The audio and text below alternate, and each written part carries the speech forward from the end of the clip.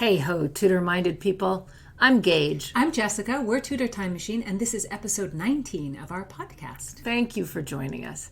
If you're new here, it's best to start at episode 1. This is a story project, and it goes in order. We've had such a great time researching it and working on it, and especially bringing it to you guys. In the last chapter, we went back to 1526 to the court of Henry VIII. Now we're returning to 1565 and joining Constance at Cecilia's court. After the reading, we'll have some fun discussing the history beyond our tale and making connections between then and now. Read on, Jessie. Chapter 19, Bedford House, in which Constance considers matters of money, medicine, and marriage. Constance fluffed the ermine that covered the princess's arms. She twirled it and mussed it. "I am queen of the beasts. Rawr!" Cecilia growled merrily. "What a hand you have for brushing, English one." She beamed at Constance. Anna Yarransdottir crossed into the princess's dressing room, curtsying low, so low that her forehead touched the floor. She mumbled something. Cecilia whirled around, pointing her toe as it lofted from the ground. "Whose dainty foot can bend as well as mine?" Anna stood and followed the princess. Placing herself before her, curtsied deeply again, face to the floor, pleading in Swedish. "These ladies," cooed Cecilia, "what cares they have? Can you not see Anna's wrinkled little brow? She shall get furrows. Her face shall be a planted field." Anna petted Cecilia's hand, crooning in Swedish. Anna had been homesick and must be asking to return, Constance thought. Cecilia lifted her hand from the girls and plucked a pearl from her hair. The single orb landed in Anna's palm. "I have given Anna something, and not my Constance, who is as dear to me as one of my own ladies." Cecilia broke into Swedish, and Anna disappeared, reappearing with a book. The princess took the book and bestowed it on Constance. "Each of my ladies has a copy of this tome. Consult it in your time of need, my love. It contains advice essential to a woman. Turn to the point marked by the ribbon." The title, De Matera Medica, a beautifully engraved drawing of a plant on the first page. The text all in Latin. A wise tome, no doubt, but still, Constance thought it was odd to give round copies of a medical book. Most mistresses preferred to hand out Bibles or prayer books. Yet she dutifully turned to the marker and began to read. Cecilia whirled away. "Did you not note Dudley's desire to dance La Volta with me? How the Queen held him back. She has no liberality. She squeezes. He wishes to wriggle away. I will bestow on him a moment of respite. Such is my nature. Mistress Constance, you will come to my aid, for such is your nature." Jesu! Cecilia's prattle faded. Constance could not believe the words she read. The prevention of pregnancy? Cotton soaked in vinegar that a woman was to place inside herself? She shivered. That was beyond belief. The next suggestion, inserting stones or small pieces of wood? Sacre bleu! Her aunt would die on the spot to see such a book. Constance closed the outrage, finding Cecilia still talking. "Oh, teach me La Volta." Cecilia lifted her skirts. "Is this footwork correct?" Unsurprisingly, the princess was accomplished at the dance. The little jumps were precise and the rhythm natural. Constance joined in, taking the man's part. The princess danced vigorously, and, without music to time the beat, the velocity of the steps increased. Constance feared they would both break their heads when the moment came for the final leap. Bracing herself in a lunge, she readied herself for the princess to fly. Stopping mid-step, Cecilia cried, "Why tarry at the door? Dr. Olaf, come into the orbit of your son." The Swedish chaplain reached his hand behind the door and brought out a small counting table. With a cursory bow, he set it down in front of Cecilia and began making rapid movements with the counters, commenting in a quiet stream of Swedish. It was enough to give pause until Cecilia commanded in English, "Dance! You must dance, sir. Your back will ache from bending so." He bowed, but continued. As one side of the table became loaded with counters, Constance's smile quivered. Cecilia must have debt. Yet what noble did not?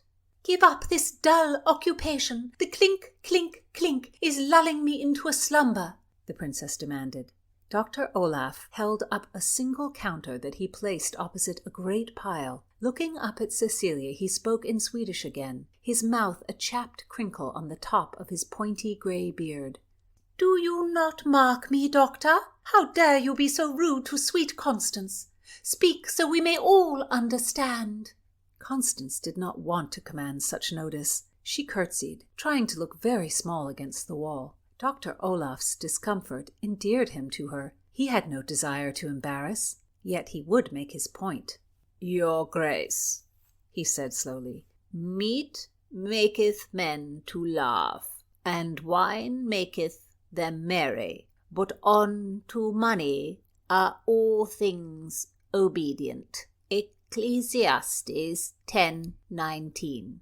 Such wisdom comes from the word of God. Abraham waited patiently and obtained the promise. Hebrews 6:15. Doctor, you must partner me. We will vaulter to the heavens, or I am not a true Vasa.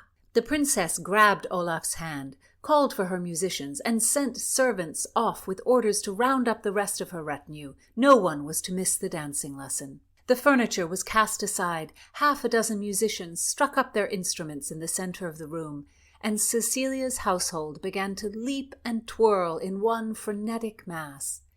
Constance found herself next to Doradai, who said breathlessly, "What but on this hurly-burly? The princess casts off matters of consequence this way."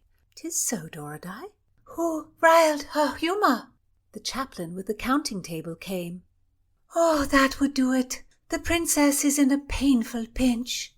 Constance had not received pay, assuming that it would eventually come. It was disturbing to think of a royal as any other someone looking for ready money. The princess is of such an open nature. Surely she is not careless with her debts. "If she must choose between our pay and bacchanalia, bacchanalia it will be." "Doradai, you accuse her of such fecklessness?" "The other ladies and I are short of ready money. We think to sell some of our jewels. Perhaps you might be our agent?" "I? I have no connections." "To Mistress Aloof St. John. She will talk to you. Of late she has been free. The dressmaker has been coming and going, and almost every day she has new finery." Constance knew the reason for Thomason's sudden dedication to her appearance. Love for the Earl of Rutland. "What would you have me do?" "Entice her into purchasing some items." "Surely you do not want to part with your wardrobe, Doradai? The princess's brother can make her a loan." "Pah! King Eric's milkmaid whore is pregnant. He gives her everything, thinks of no one but the clay-brained cow. He will not be sending money to his sister, even though he sent her here to do his work, to press his suit with your queen. But he no doubt forgets. His mind is washed in peasant love juice." "Peace, poor bird. I understand. You are mistreated, and now you must sell your things. Very well. I will go to Thomason." Siegfried swept by and grabbed Constance's hand.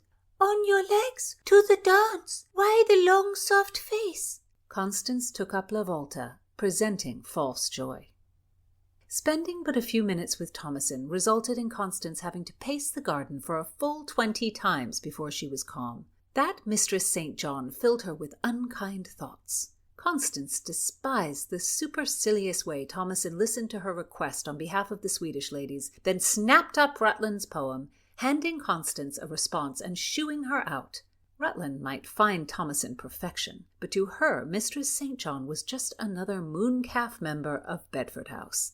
Perhaps an extra turn around the grounds before she sought Rutland would cool her humour. She heard Wynne panting to keep up. Pushing Thomason from her mind, her thoughts returned to her poet, Wyatt. Dead. Dear sister, dead also. Yet there was an obvious third party, the woman Wyatt wove his words for. She might live. Certainly she would want to talk about the man who wooed her with such arresting metaphors. An old woman now, she would preen to recall the flattering descriptions. Constance was curious about this unknown player, even beyond knowledge of the relic, but the relic was the first thing in her mind. The Earl of Rutland was away, the servant told her. Constance imagined Oxford or the pox-faced Bacon gloating over the discovery of their fellow's love life. If she left the letter, she would return another time. The servant continued, "Mistress Constance, do not depart. Lady Mildred awaits you." Constance was unprepared. Wynne fluffed Constance's hair and took a little spit on her thumb and smoothed her dark eyebrows. Readying her posture, Constance followed the man with conscious strides. Lady Mildred was arranged, well seated, her young daughter on her knee, her baby son in her arms, the light from the window falling just so on the parchment before her. Mildred bestowed a kiss on her daughter's forehead and sent her and her little brother off with the nurse. Constance's nerves set in at that moment. What excuse could she give for being here at Cecil House? "Madam, the princess sent me here on an errand, not an errand of any real import. It is an errand that lacks import. Forgive me, madam." "'Tis no matter," Mildred assented as a gruffling came from her right. There Constance saw Lady Anne Bacon reading in the corner. Constance regained her composure. "Lady Mildred, you are fortunate to have the companionship of your sister." "It is easier for some than others to find felicity," Lady Anne Bacon opined. "Constance has found it," Lady Mildred smiled. "Mistress Constance, your friend Lady Elizabeth Clinton has been here on your behalf. Are you pleased to engage young Herbert?" A passing talk at a dance, and now this. How things moved around her. The court was an ocean, and she was no ship. She was more like a shiny object, continually picked up, then cast back in again. "I have great happiness in marriage myself, Mistress Stoner. A person with a fine mind, an upstanding nature, and at least a little joy, can make a desirable partner for life. Do you think Herbert such a man?" Mildred asked. "I have never spoken to him with words," offered Constance evasively. "When God and your elders choose, love should come in a glance," Lady Anne said. Constance thought of Charles Paget. It was true. "You are earnest," Mildred observed. "You would prosper greatly by a connection with Pembroke's son. You must marry soon." "You honour me with your interest, madam." "Mistress Constance, I see little happiness in your face. Do you fear your aunt will stand in the way? That can be dealt with. Or is there another? Do not listen to those who will try to bend you to believe that love will fade. It may, but it may not. It may drive you to the end of sense. If such is the case, you must find a course of study to douse your ardour. It is the best way to calm the passion." "That is wise, madam." "I will tell you a secret, Mistress Constance. When my lord is away, I study Latin and mathematics. Cognition in pursuit of comprehension kills desire. My girl, is there another?" Constance answered with a necessary lie. "No, Lady Mildred, there is not, but I am sure I will use your words to aid me in the future." Lady Mildred was so loquacious. Did she want something? "Did the princess give you the evil book she bestows on all her women?" Lady Anne Bacon cut in. "Madam, she did. I tell true. I was without words. Never had I seen such a thing."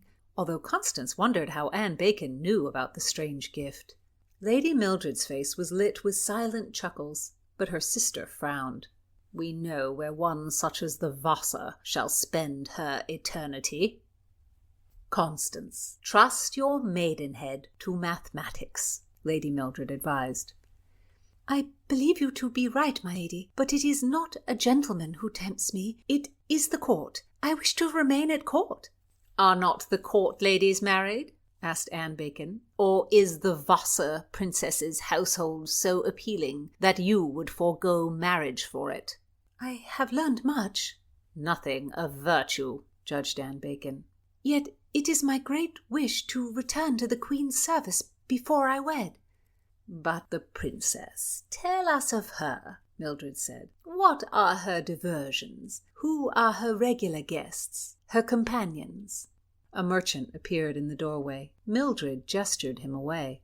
Constance was grateful to drop the subject of marriage. "The visitors to Bedford House are many, as you well know, madam. The princess cannot be without company. There are Swedish followers, and those of the princess's husband, the Margrave of Baden-Baden. I do not know all the names, I beg pardon. Sir Robert Dudley comes, and Captain Hawkins, and some of his men. The Marquis of Northampton and Signor Guzman and his people. Has a Master d'Illinois been there? Anne Bacon inquired. The ladies like it when he attends.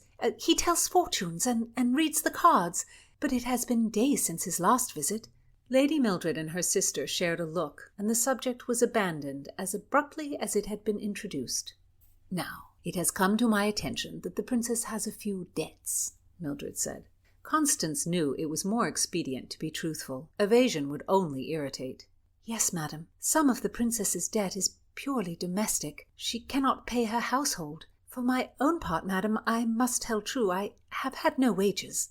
Lady Mildred's face was impossible to read. Was she angry, sad, vexed? Constance threw a supportive little half-smile, but the woman had arrived at some sort of decision. The princess makes you suffer. I will give something for each of you. Say it is a gift from me for the joy of having the Swedish ladies close by. Mildred handed her a small purse of coins. If you tell the princess, she will claim anything I send, so keep it to yourselves. You may go, Mistress Constance. Constance did not have time to wonder if she would find Rutland, as he was laying in wait for her. He hustled her down to the kitchen, explaining that Oxford would bind her hands and feet and make her listen to his scribblings for hours if he caught sight of her. Well, I do have fine taste in poetry. I'm surprised Oxford could notice. I'm not a peeress. You did not treat him with sufficient gravitas, leaving before he could give his brilliance utterance. I see. I must take him in profound earnestness, as he takes himself. The burden of one of his birth. The kitchen staff froze as they spied the Earl. Continue, said Rutland. Set to. I would not stop such a worthy group of servants from completing their tasks. The kitchen hummed again. Barnaby, bring me a duck leg, and one for this lady. Thank you, my lord, Constance said. Call me Rutland. Am I such a gentleman? You will have a joust with me, and I will call you Rutland. You would be a fine addition to our band. It needs some beauty to counter young Bacon. You have lost your kindness, my lord. We must send out a search. Barnaby appeared with the duck legs, and Constance bit hers. The skin was burnt and crispy. Fresh from the fire, Rutland ate appreciatively. Did you read the Pyramus and Thisbe?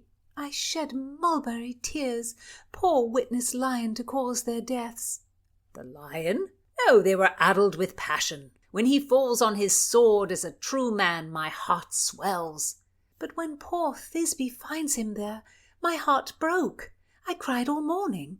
As you should. You have a great soul. I think the tragical history of Romeus and Juliet will be your next outing. What friend are you, my lord, who likes me to sit alone in tears? He laughed and lowered his mouth close to her ear. What did my dear love write? I did not read it. You were not curious. What ails you? You are not a woman. We will indeed have a joust, and I will call you Connor. Barnaby passed Constance a napkin. After cleaning her hands, she extracted the note. Rutland smelled the paper and opened it. His face fell with a look at the length. My love had very little time to write, I see. Why did you rush her? You must be as patient as a statue. Constance almost exclaimed, but she reined in. My lord, have I no other occupation than to wait for your love to find description of her feelings for you? Now it is you who forgets your kindness. I would like a better letter. Encourage her. Offer suggestions. In the way you have guided me. Although I have prepared this poem myself, you will approve. It shows the great force of my love. Is it by Wyatt? Indeed. Are we not settled on that score? Sir, do you know whom he did love so, who captured his heart so powerfully? Constance prayed it was someone alive, someone she could find. They say it was Queen Anne Boleyn herself. Constance should have known, the heretic. It was so disappointing. Maybe Anne Boleyn bewitched Wyatt as well as Henry Tudor. Heaven and hell, could it be that this Boleyn had charm? How could this fit together? If the man loved such a lady, one who had spurred the destruction of the old faith, who drove the king to destroy and loot, could he still be a person who would preserve the relic? Never will I cast the relic into the ocean or burn it on a pyre. I will not be rid of it. I say this again and again. Wyatt had written. Rutland said, Does the name of Queen Anne disappoint Mistress Constance? The lady is not legend enough to be the muse of our poet. Constance covered. I did not expect one on whom the sun shone so brightly. The servants began clattering the plate and arranging for dinner. Would you stay? Rutland asked. not to watch you and my Lord Oxford try to pitch the food into each other's mouths. Good day, sir." At Bedford House, Constance searched out Doraday, impatient to tell her that Mildred Cecil had sent money. Together they distributed the coins between the Swedish ladies, who were spared, for the moment anyway, from selling their jewels. Amid another of Cecilia's La Volta lessons, her aunt's postboy Peter arrived from Stoner House, looking as if he had run the 30 miles from Oxfordshire. He presented Constance with a letter from her aunt. Constance opened it, and out fell a letter addressed to the Countess of Lennox. Hiding it away in her bodice, Constance heard her stomach squeal. She would like to squeal herself. The moment was coming when the Bishop Guzman de Silva would summon her again.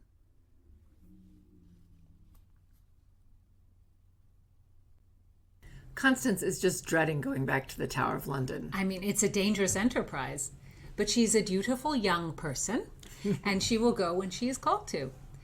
Being dutiful is something we in the West do not consider a virtue anymore. Now we actually consider it inauthentic to do something that you yourself do not want to do in order to please someone else. But in 16th century England, it was completely the opposite. And I think that's really important for us to understand when we think about the people of this time, because fulfilling a duty showed a strength of character. And that was something Gage and I talked about a lot in terms of Constance.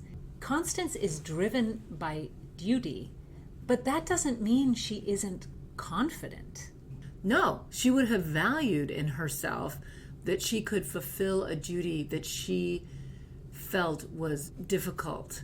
To think about it the other way is it's presentism. Mm-hmm. Duty is not a weakness. It's a self-sacrificing strength.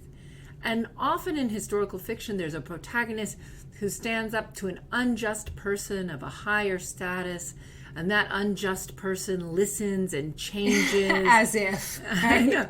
And wants to be more egalitarian. But people in this period believed that they had the right to their life station. God ordained it. And it was called the Great Chain of Being. The Great Chain of Being was a set of beliefs that said everything here on earth, everything, well, also in heaven, right, not just on earth, was the way it was because it was ordained by God. And it was heresy or against God to try to change this great chain of being. So at the very top of the chain is God. That's where he put himself.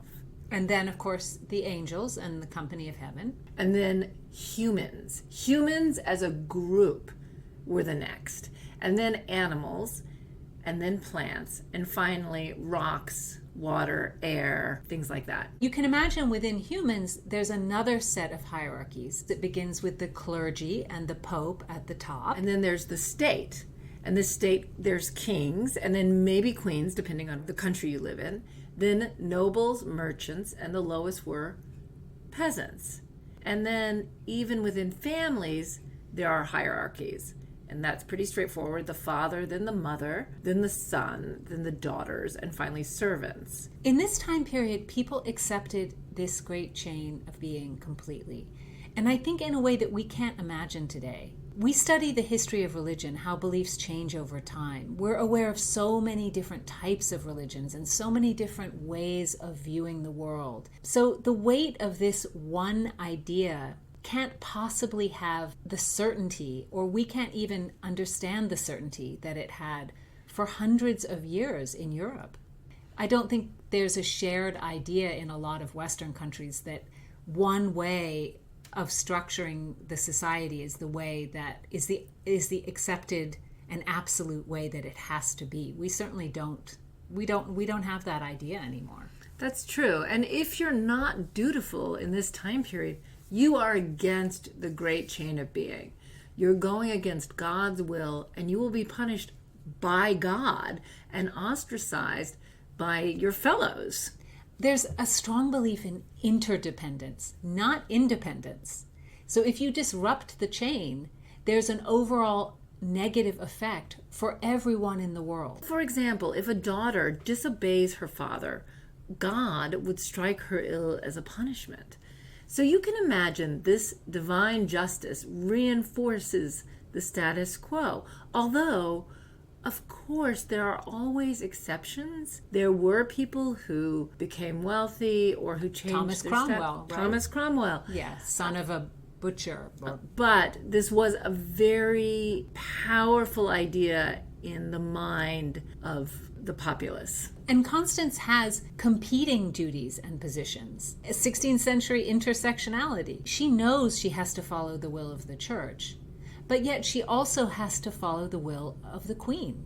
She has to follow the will of her family, but she also has to be a good and dutiful lady in waiting to her mistress, the Princess Cecilia. She's conflicted and she's trying to keep all these balls in the air. And then the woman that she's serving, the Princess Cecilia, who she has to admire, is a wanton.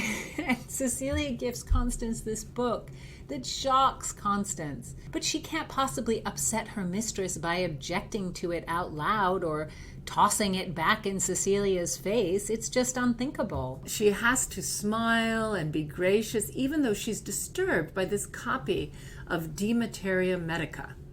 This book began its long influence in about 50 to 70 CE, when it was written by a Greek physician working in the Roman army.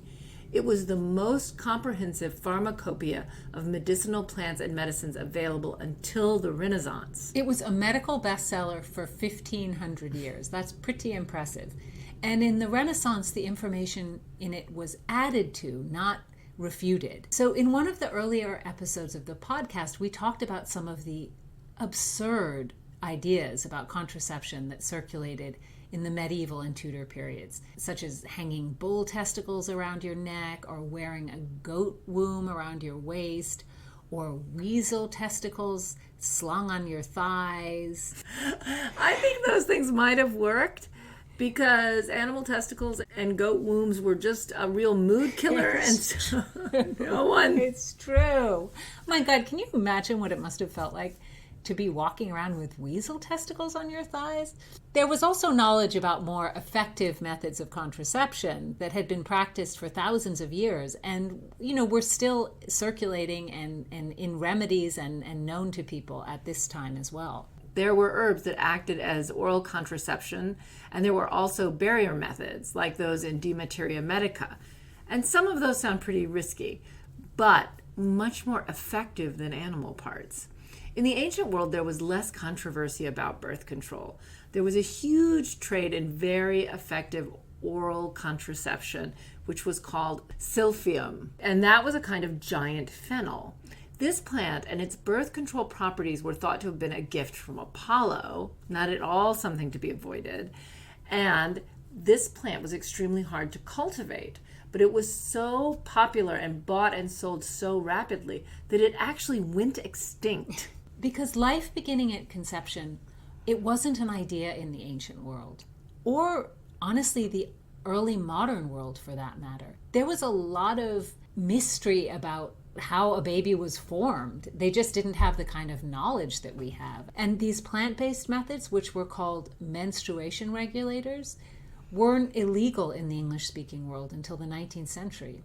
In 1869, the Catholic Church ruled that life begins at conception, that's the moment of ensoulment, when the soul enters the body, and thus any kind of menstruation regulators or things that bring on menstruation when somebody's in the early stages of pregnancy were sinful. Previous to that decision, the most popular idea was the one suggested in Genesis, that life began at birth. And that was commonly accepted. St. Thomas Aquinas argued that souls were created by God and not by man. So the soul was not given to an infant before it drew its first breath. In the 16th century in England, adultery and fornication were actually far more grievous sins than bringing on a period. And that's not to say that a young gentlewoman like Constance wouldn't be shocked by the advice in Cecilia's book. And then as now, in many Western countries, we have strong prohibitions about talking openly about birth control. even though it's legal. Because there's a belief that discussing birth control will encourage people to have more sex. Especially young persons. And that was certainly the case in the Tudor time as well. These contraception remedies were widely known, but not openly encouraged. And there was gossip about Cecilia giving out this kind of advice during her London stay. But she was really way too high up to get into any trouble about it. I mean, she was a princess, she was royal, and also she was foreign. So in this case, the great chain of being protected her. It's funny that Swedish Cecilia is accused of being too open about sex. It's a stereotype we still have about the Swedes. So if you're out there in Sweden listening, thanks for your openness. No, I mean, I don't, it's always funny to talk about stereotypes because you don't want to say a stereotype is based on fact. But in this case, I think the Swedes are much more open about sex than we are, and they have been for a long time. So, but in this chapter, Cecilia gives Constance this shocking book, but she also wants Constance to teach her La Volta. It's a dance that Constance would have known because Elizabeth loved to dance it, but it also caused kind of an uproar in England for being scandalous. And continuing with our national stereotypes, La Volta was imported from Italy, so it was much too sensual. So it was already suspect. And there's a lot of contact between couples in La Volta because the man lifts the woman up with his hands around her waist as she springs off the ground and kicks her feet. And you can see it on YouTube, and it actually looks pretty fun. And we'll post some links to Elizabethan dancing on our Tudor Time Machine Facebook page so listeners can check it out. So the visual of a gentleman with his hands on a lady's waist, and I think also the athleticism needed for the woman's part and all the jumping and fun, it really set the more puritanical of the English off. But that didn't stop Queen Elizabeth from dancing La Volta at court or teaching it to her ladies, and she loved to dance it with Robert Dudley. There's actually a lovely portrait of Queen Elizabeth and Dudley doing La Volta, which was painted in, I think, 1580. She has tiny little feet that kicking are kicking feet. out. And we'll also post that on our Facebook page because it's a lovely picture. But Cecilia wants to learn this dance so she can best the Queen at her own moves and maybe even to muscle in on Robert Dudley's attention because he does have that nice calf that she admires so much. So I think that Elizabeth might have liked La Volta because it infuriated the kind of puritanical members of her court. And they couldn't do anything about her desire to do this because she was queen. So it was in the great chain of being. Yes, it was a little bit like, ha-ha. I actually think the opposite because I think she made everyone at court do La Volta because then it was normalized and no one would be able to talk about her being indecent. So she taught it to everybody. She was so conscious of her image. That's true. But she also liked to project power, and she liked to push what was acceptable, and it was a way for her to flex. It's true. I accept that. But as an unmarried queen, Elizabeth had to walk this razor's edge between being forceful and original, but not creating scandal. Henry VIII could marry 6 times, execute 2 wives, break with the Pope, have innumerable mistresses, and be nicknamed Old Copper-Nose because he debased the currency so badly to enrich himself, but he was still deemed the defender of the faith and a great king whose time was bemoaned by the entire population when he died. It's crazy. It's just an intense double standard. Elizabeth had to watch herself, which is why she was also adept at the more docile pavan. The pavan is a very slow dance. So actually somebody like me could do the pavan. Gage, on the other hand, you're a vaulter. Definitely a vaulter. The pavan is more like a procession. It's got no jumping. Nobody has their hands on anybody's waist. The only contact is holding hands. I mean, it would be almost impossible to get out of breath doing the pavan. Cecilia would have also known how to do the pavan, but I'm sure it bored her. And she doesn't seem to have cared that much about her reputation with the more puritanical element, so she was happy to La Volta. Although the word Puritan is actually just beginning to be used in the 1560s, so they probably would not have used it in 1565. And these Puritans They were not the Mayflower Pilgrims who based laws on the Old Testament, dressed in all black, and hated the theater. They were just... What a bummer. They were more reformers within the Church of England. The Puritan movement actually grew out of the Reformation. It grew out of the formation of the Anglican Church. As we've said, Henry was actually religiously pretty conservative, even though he broke from the Pope. But he did that more for power than really for refuting Catholicism. And many people in England believed that the Anglican Church, the Church of England, was just too similar to the Catholic Church. And they should make their religion more Protestant, more biblically based. And that meant getting rid of ceremonies and vestments and sometimes liturgy. At this point in time, 1565, Puritanism is not a coherent movement. Some people simply wanted reform within the church, and others wanted to break off and create something new. And it's difficult to know what someone like Mildred Cecil in our story, what a person like her really thought would happen with Puritanism, even though she was a Protestant and interested in those ideas. We see her in this chapter of Time's Riddle with her sister Anne Bacon, who's so disapproving about Cecilia in this chapter. But Mildred also shared ideas with her husband, Sir William Cecil.